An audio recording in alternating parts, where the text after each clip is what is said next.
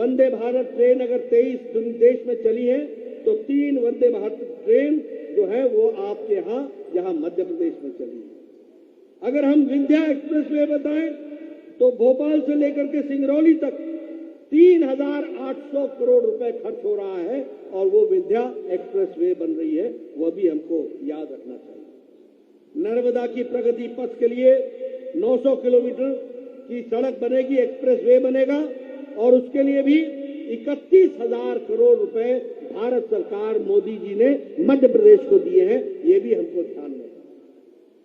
मित्रों, मैं बहुत सी आपके साथ नई नई बातों की चर्चा कर सकता हूं, सड़कों के बारे में कर सकता हूं, विकास के बारे में कर सकता हूं।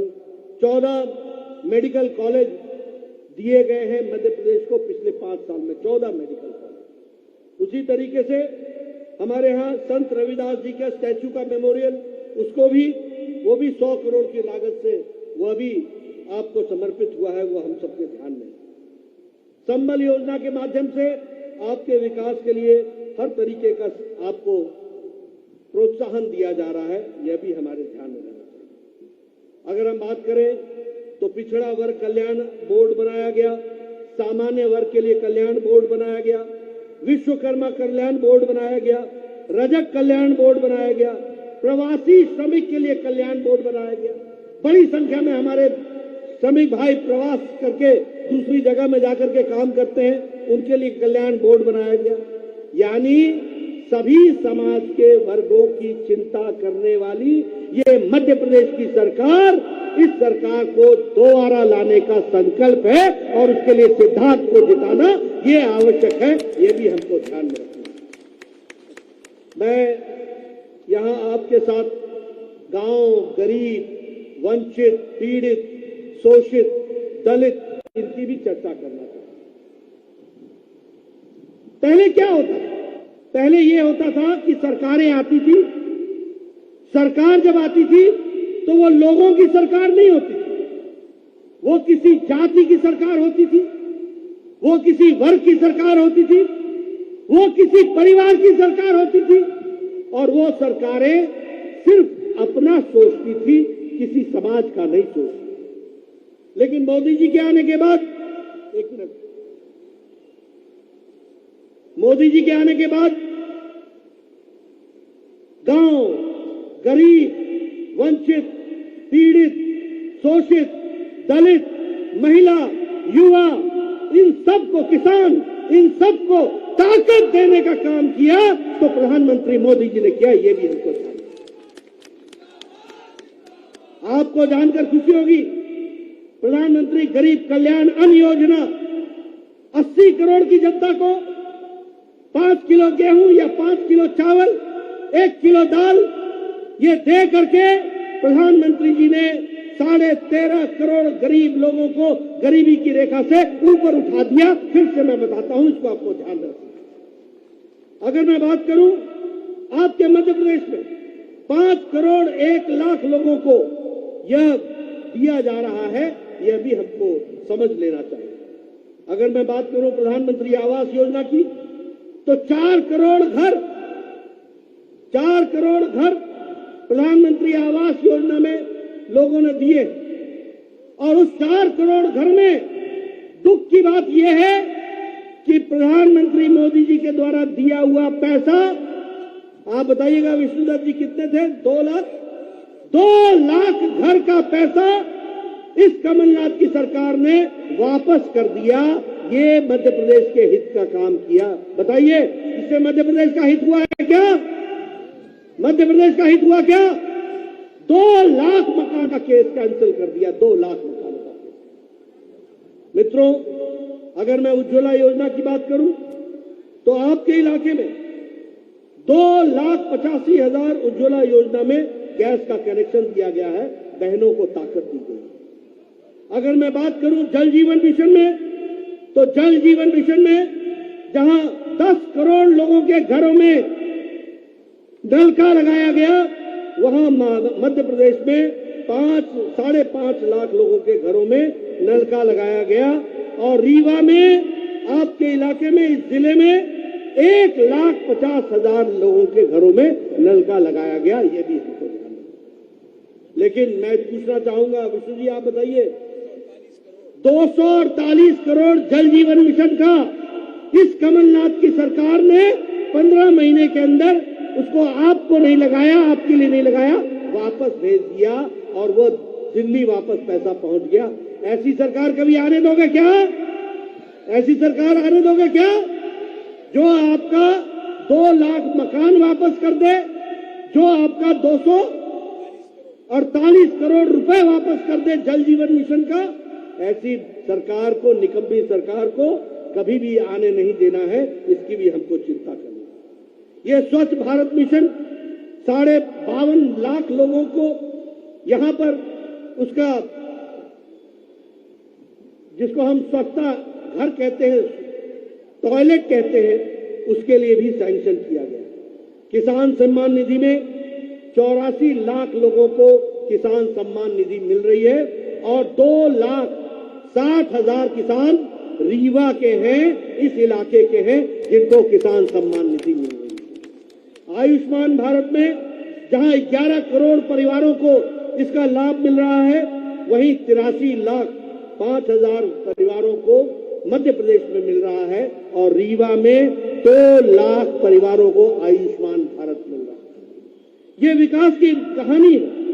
अगर मैं रीवा की बात करूं, आपके यहां अभी एयर स्ट्रिप को नया एयरपोर्ट बना रहे हैं, 300 करोड़ रुपए का सैंक्शन हुआ है, 300 करोड़ रुपए खर्च होंगे।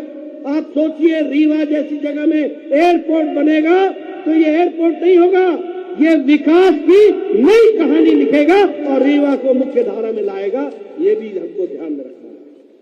मुझे आपके साथ थोड़ा यह भी कहना चाहूंगा कि आपको क्या मिला है, इसका भी आपको अंदाजा मिला। एशिया का सबसे बड़ा सोलर पावर स्टेशन 750 मेगावाट का, वो किसको मिला है? किसको मिला है? रीवा को। एशिया का सबसे बड़ा सोलर प्लांट। कभी सोचा था कि रीवा में सोलर प्लांट आएगा? कभी सोचा था? ये मोदी जी की सोच है जिसने आज रीवा को सोलर प्लांट में दुनिया के नक्शे में ला करके खड़ा कर दिया। ये भी हमको समझ लेना चाहिए। अगर हम बात करें तो आपके यहां रीवा में सुंदरजा आम जो है, ये सुंदरजा आम, इसको जीआई टैग मिल गया है।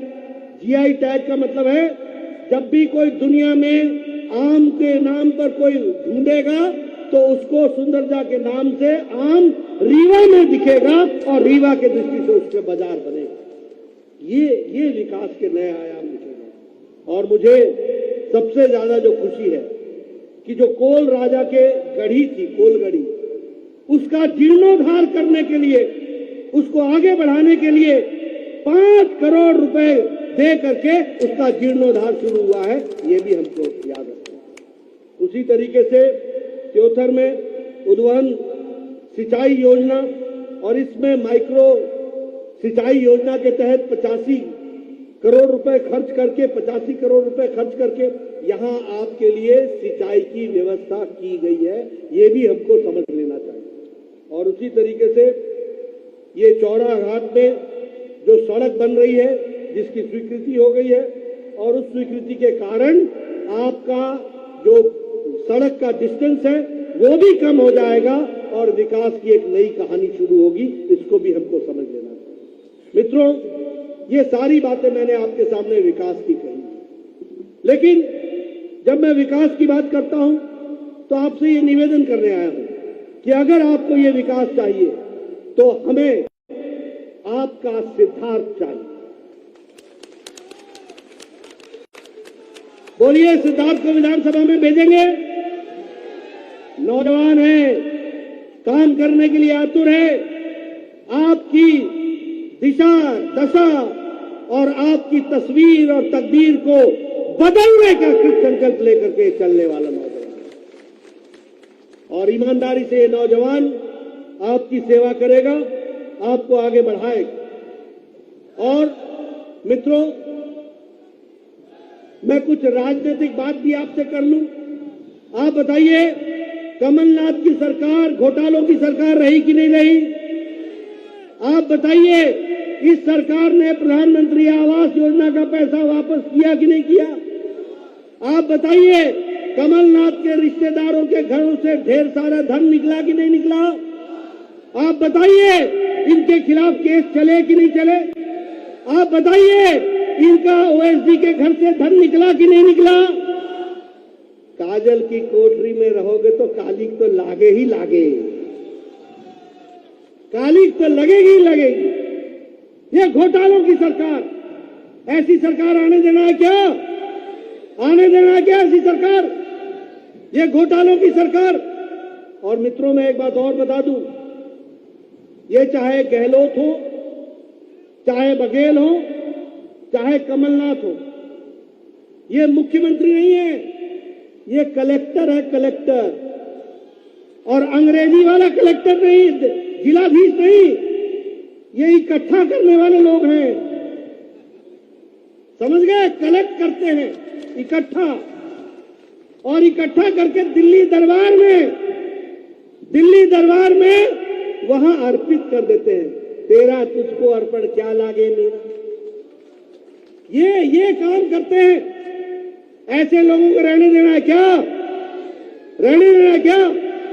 मित्रों, आप जानिए, भारतीय जनता पार्टी का एक एक प्रत्याशी 5 साल बाद रिपोर्ट कार्ड लेकर आता है और बताता है कि मैंने ये कहा था, ये किया है, मैंने ये कहा था, ये किया है, और जो नहीं भी कहा था वो भी करके दिया है। इस तरीके का हम रिपोर्ट कार्ड लेकर के आए। इसलिए मित्रों, आपका ज्यादा समय न लेता हुआ सिर्फ आपसे मैं ये कहना चाहूंगा कि आप चुनाव की दृष्टि से कमल को खिलाइए, इस इलाके को मुख्य धारा में शामिल करते हुए आगे बढ़ाइए।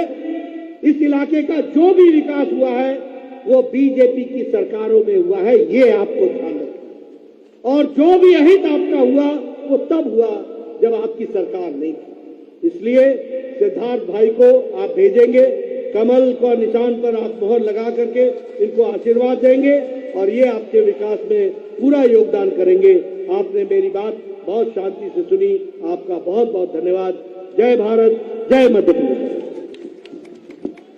धन्यवाद आदरणीय अध्यक्ष जी, आपके आह्वान पर और माननीय नरेंद्र मोदी जी के नीतियों और शिवराज सिंह जी की नीतियों का